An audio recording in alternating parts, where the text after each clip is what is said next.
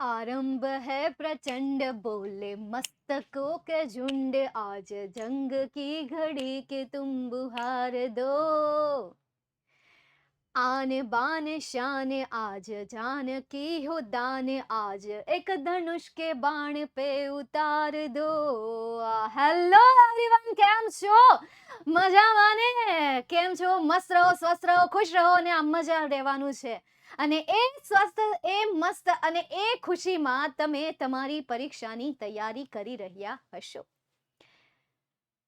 નાઉ આજના ટોપિકનો આપણો તમને ટાઇટલ અને થંબનેલ જોઈને ખ્યાલ તો આવી જ ગયો હશે કે આજે આપણે વાત કરવાના છે હાર્ડ vs ઈઝી ટોપિક મતલબ કે સહેલા સબ્જેક્ટ સહેલો ટોપિક અને અઘરો ટોપિક જો કે અઘરું નથી મીડિયમ કહીશ એટલું બધું અઘરું નથી ઓલું કહેવાય ને કે તમે જેવું વિચારો એવું એનું રિઝલ્ટ છે મનમાં તમે વિચારશો hard hard hard hard hard hard hard તો એ હાર્ડ છે મનમાં વિચારશો કે યાર એ તો લલ્લુ પપ્પુ છે ઇટ્સ ઇઝી પીઝી લેમન સ્ક્વીઝી તો એ ઈઝી છે ચાલો તો એ ટોપિકની સમય બગાડ્યા વગર શરૂઆત કરીએ એ પહેલા ધ્રુવી સુતરિયાના આપ સૌને હાર્દિક હાર્દિક હાર્દિક નમસ્કાર અને તમારું હાર્દિક સ્વાગત પણ કરવામાં આવે છે અને આવી ગયા છો તો સબસ્ક્રાઇબ કરવાનું ભૂલતા નહીં અને તમને એમ થાય કે નથી કરવું લેક્ચર જોઈને પછી ડિસાઈડ કરશું ઓકે યાર ઇટ્સ યોર વિશ એ તમારી ઈચ્છા હાની વળી તો ચાલે તમ તારે જોઈ લો આખો સેશન પછી તમને એમ લાગે તો સબસ્ક્રાઇબ કરજો અને સાથે સાથે તમારા મિત્રોને પણ સજેસ્ટ કરજો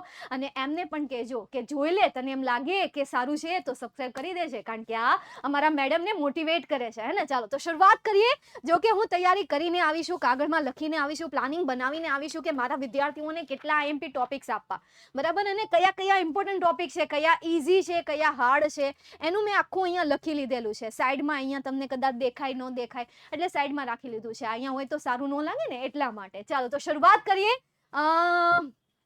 તો સૌથી પહેલા તમારે કયો ટોપિક લેવો છે હાર્ડ લેવો છે કે ઈઝી આઈ નો તમારા બધાનો આન્સર શું હશે આઈ નો કે તમારા બધાનો આન્સર શું હશે ઓલવેઝ યાર મેમ ઈઝી ભાઈ ઈઝી સૌથી પહેલા રિયલિટી કહી દઉં ઈઝી कुछ होता ही नहीं है ઈઝી जैसा कुछ होता ही नहीं है જરૂરી છે કે તમને સહેલું લાગે બાકીનાને સહેલું લાગશે મને સહેલું લાગે તમને સહેલું લાગશે મારા માટે જે અઘરું હશે એ તમારા માટે અઘરું હશે કે નહીં લાગે તમને મારા માટે ગાડી ચલાવવી બહુ અઘરી પણ બીજા બધા એના પોઈન્ટ ઓફ વ્યૂ જો એના માટે ગાડી ચલાવવી એટલે રમકડું આમ કરીને ગાડી વાળી હે બૂમ બૂમ બૂમ બૂમ જવા દીધી એટલી બધી જગ્યા છે ત્યાંથી ને કાઢી લે તો આ હું થઈને નીકળી જશે તો જો આ બધા માઇન્ડની બધી આમ કહેવાય ને કે આ બધા માઇન્ડના થોટ્સ છે એમની પોતાની ચોઇસ છે છતાં પણ હું ભાષાકીય શિક્ષક તરીકે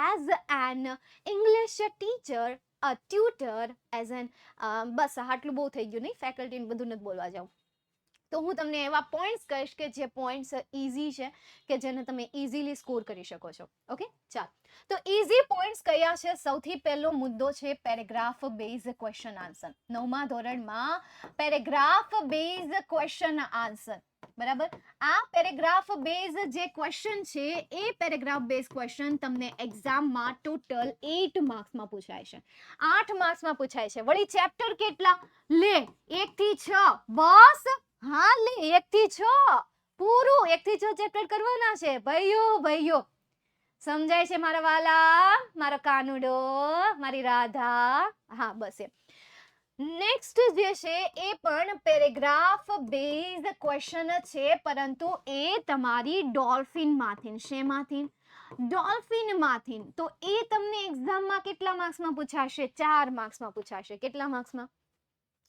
4 માર્ક્સમાં નવી બ્લુપ્રિન્ટ પ્રમાણે કહું છું જો તમે જૂની બ્લુપ્રિન્ટ તમારી શાળામાં ફોલો થતી હોય તો એને આ રીતે નહીં હોય નેક્સ્ટ એના પછીનો થર્ડ ઈઝી પોઈન્ટ છે અને એ છે ડેટા બેઝડ ક્વેશ્ચન શેના base question data based question હવે આનો ગુણભાર કેટલો છે તો આનો પણ 4 ગુણભાર છે અને આ ક્વેશ્ચનને કેવો કહેવાશે અનસીન ક્વેશ્ચન કહેવાશે કે જેને મેં નહીં જોયો હોય જેને તમે નહીં જોયો હોય એક જ વ્યક્તિએ જોયો હશે અને એ વ્યક્તિ કઈ હશે જેણે પેપર બનાવ્યું હશે પણ આ ટોપિક એટલા ઈઝી ટોપિક છે કે જેમાં તમે થોડીક પ્રેક્ટિસ કરી લીધી જો મહેનત વગર કાંઈ નહીં થાય વૈજ્ઞાનિકો આમને સફળ નથી થયા, કલાકારો આમની સ્ટેજ ઉપર એમનું રિપ્રેઝન્ટેશન નથી કરતા, એનું પ્રેઝન્ટેશન નથી આપતા, ત્યાં કોમ્પિટિશનમાં આમને ભાગ નથી લેતા. કોઈ પણ કલાકાર હોય, કોઈ પણ સફળ વ્યક્તિ હોય, અમીર વ્યક્તિ હોય, કોઈ પણ વ્યક્તિ હોય, એ બધાએ મહેનત કરી છે, એ બધાએ ધીરજ રાખી છે.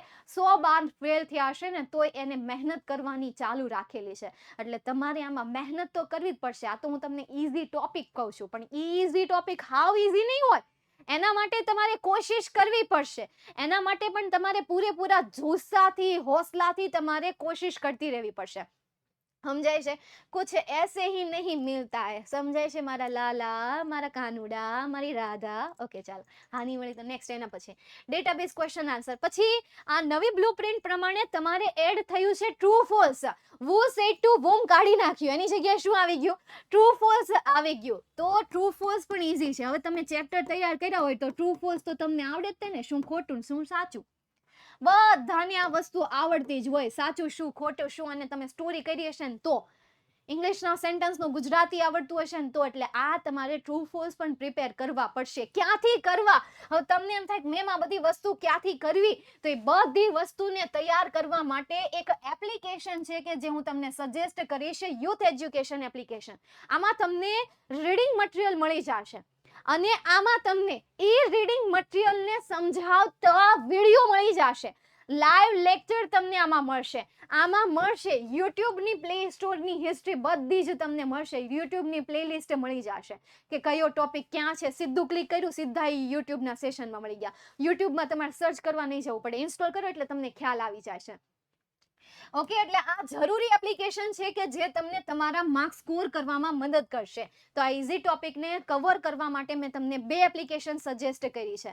બરાબર છે? ચાલો નેક્સ્ટ એના પછી આપણે વાત કરીએ ટ્રુ ફોલ્સ, પછી બ્લેન્ક્સ.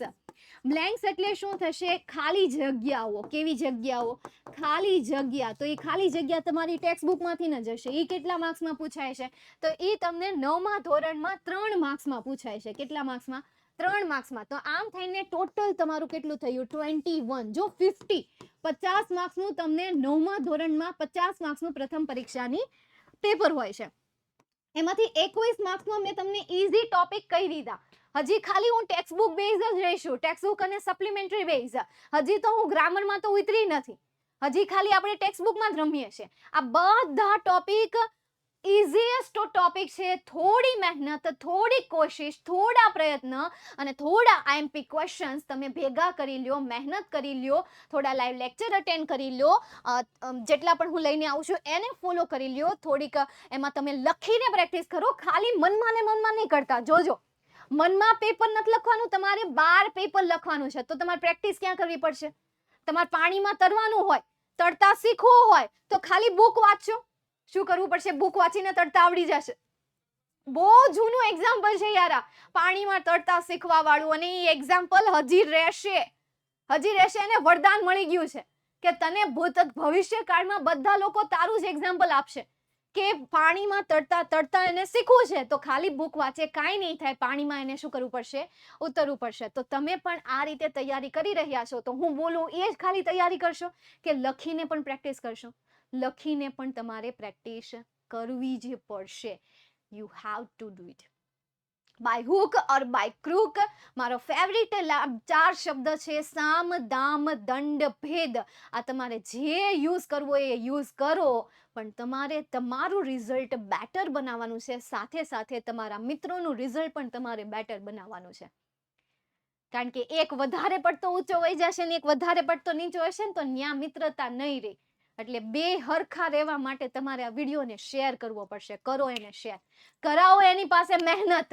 सच्चा दोस्त वही होता है जो उसके बुरे में साथ तो दे पर वो बुरे से अच्छा कैसे बने उसकी सीख भी वो दे जाए, उस रास्ता भी बता के जाए, वो सच्चा दोस्त होता है. तो करो शेर, એમને પણ મહેનત કરવા કહો, એમને પણ આ ચેનલ સજેસ્ટ કરો, એમને પણ આ ચેનલ સબસ્ક્રાઇબ કરાવો, એમને પણ જે તમે કરો છો ને એ પણ એની પાસે કરાવો. નેક્સ્ટ એના પછી એક તો પેરેગ્રાફ બેઝ ક્વેશ્ચન આન્સર. બરાબર, આ થઈ ગયું ટેક્સ્ટ બુક બેઝ અને સપ્લિમેન્ટરી રીડર. એક તો આ ઈઝી ટોપિક છે. હજી પણ એક ઈઝી ટોપિક છે ગ્રામરના ટોપિક હું તમને કહીશ. અને એ ગ્રામરના ઇઝી ટોપિકમાં પહેલો જે ટોપિક આવશે એ આવશે ફંક્શન. ફંક્શન તમને કેટલા માર્ક્સમાં પૂછાશે? 5 માર્ક્સમાં. 5 માર્ક્સમાં તમને ફંક્શન પૂછાશે. એમાં 2 પ્રકારના ક્વેશ્ચન હશે. એક તો જોડકું હશે અને બીજું તમને કમ્પ્લીટ ધ સેન્ટેન્સ પૂછ્યું હશે. શું પૂછ્યું હશે? કમ્પ્લીટ ધ સેન્ટેન્સ તમને પૂછેલા હશે. જોડકું હશે એ 3 માર્ક્સમાં હશે અને કમ્પ્લીટ ધ સેન્ટેન્સ હશે 2 માર્ક્સમાં હશે. અને આ રીતે કેટલા માર્ક્સ કવર થાય છે? 5 માર્ક્સ તમારા કવર થાય છે. નેક્સ્ટ ગ્રામરમાં બીજો ગ્રામરનો ટોપિક છે ફ્રેમ ધ ક્વેશ્ચન. આ પણ F થી જ શરૂઆત થાય છે. Frame the question. આ ફ્રેમ ધ ક્વેશ્ચન તમને એક્ઝામમાં 3 માર્ક્સમાં પૂછાય છે. કેટલા માર્ક્સમાં? 3 માર્ક્સમાં તમને આ ક્વેશ્ચન પૂછાશે. એના પછીનો ટોપિક છે કન્જક્શન. કન્જક્શન પણ ઈઝી છે. થોડું ઘણું ગુજરાતી આવડવું જરૂરી છે. આમાં થોડું ઘણું ગુજરાતી આવડવું જરૂરી છે, પણ એ થોડું ઘણું શીખવા માટે તમારે, જેમ મેં તમને, હું છે ને દરેક સેશનમાં મહેનત, કોશિશ, હોસલો, જુનૂન, સંઘર્ષ, પરિશ્રમ, પ્રયત્ન, આ બધા શબ્દ એટલી વાર બોલીશ ને કે તમારા દિમાગમાં એ શબ્દ જ્યાં સુધી ફિટ ના થાય ને તોય હું બોલ્યા જ કરીશ. કારણ કે આ વસ્તુ તૂટીને એક વિશ્વાસ રહી ગયો. આ વસ્તુ તૂટીને તો રિઝલ્ટ તૂટવાનું જ થાય. એટલે આ શબ્દ તમારે અત્યારે કેલ્સી રાખ્યો ને તો રાખી લ્યો. આ શબ્દ મારા રિપીટ થશે જ. આ મારું તાક્ય કલમ થઈ ગયો છે. એવા મારા ઘણા બધા છે. સામ દામ દંડ ભેદ કુછ ભી હો જાયે એ કરના હી હૈ. ચાલો, તો કન્જક્શન કે જે તમને 2 માર્ક્સમાં પૂછાશે.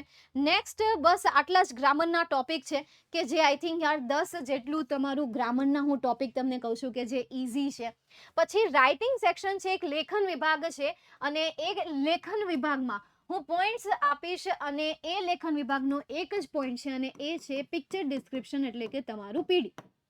બરાબર? Picture description. તમને એમ થાય કે મેમ પિક્ચર ડિસ્ક્રિપ્શનમાં તમે કેમ ઈઝી કહો છો? 5 માર્ક્સ ઈઝીલી કવર થઈ જાય. 1 માર્ક્સ પણ તમારો આમાં કટ ન થાય. કેવી રીતે? તો હમણાં જ થોડાક દિવસ પહેલા એક રાઇટિંગ સેક્શન મેં લીધેલો છે.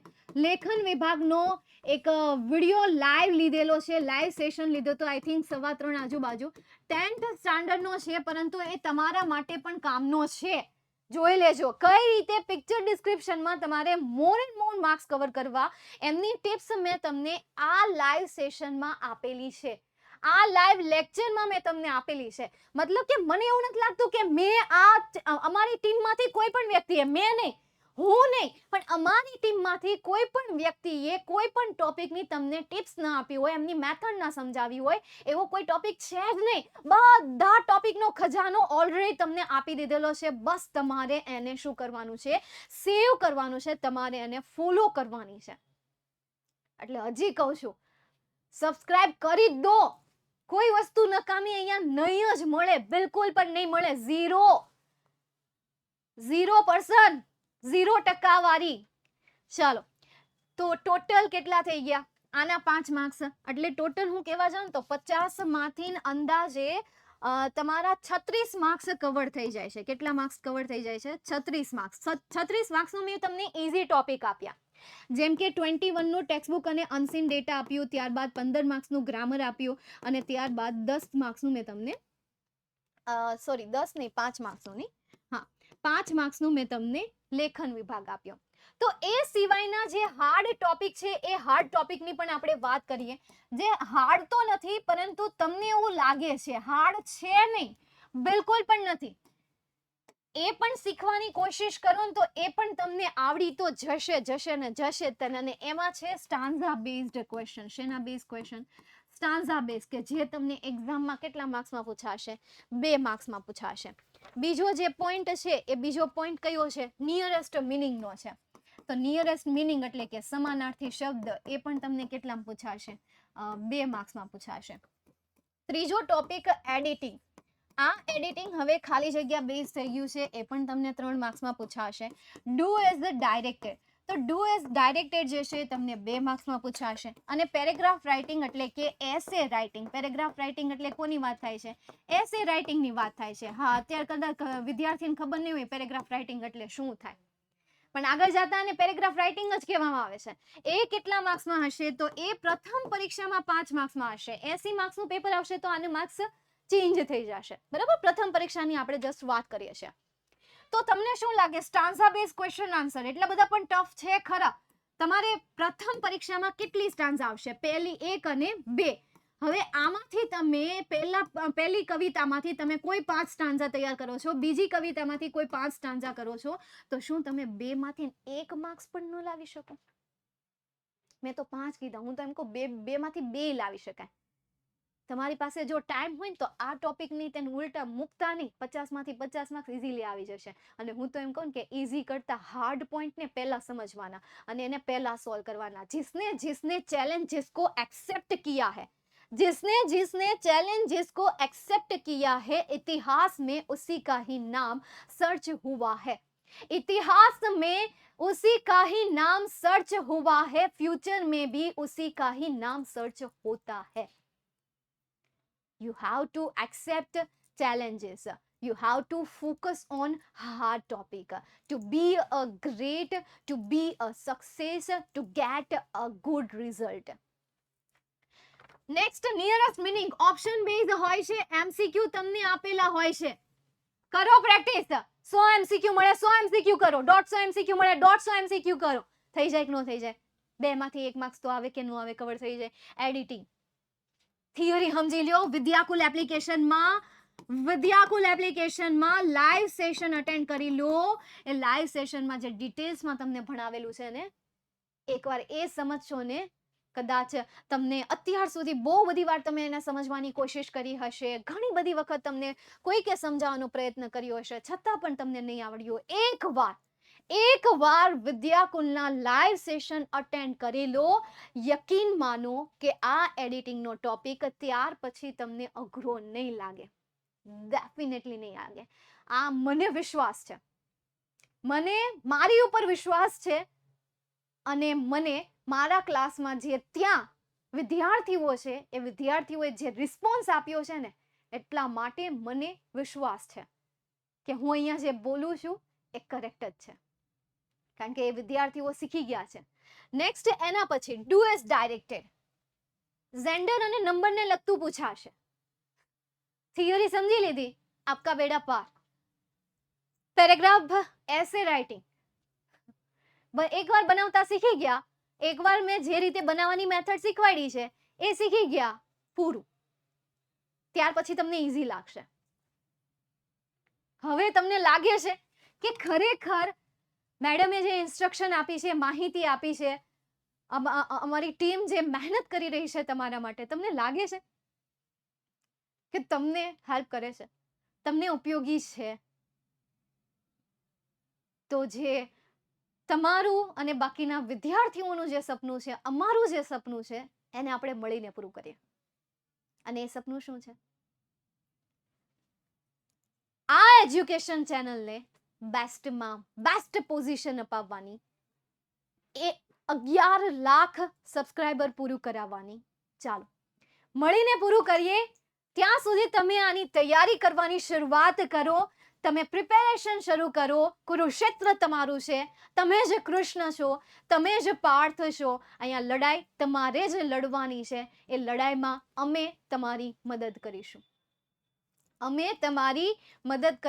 અમે તમારા સારથી બનીશું અને તમને માર્ગદર્શન આપીશું. ચાલો તો કુરુક્ષેત્રને જીતવાની જોરો શોરોથી તૈયારી કરીએ. સબસ્ક્રાઇબ કરવાનું ભૂલતા નહીં, લાઈક કરવાનું ભૂલતા નહીં. હવે મારો અહીંયાથી જવાનો વારો આવી ગયો છે, તો ધ્રુવી સુતરિયા મેડમ હવે નીકળી રહ્યા છે. Tata, bye bye, C you.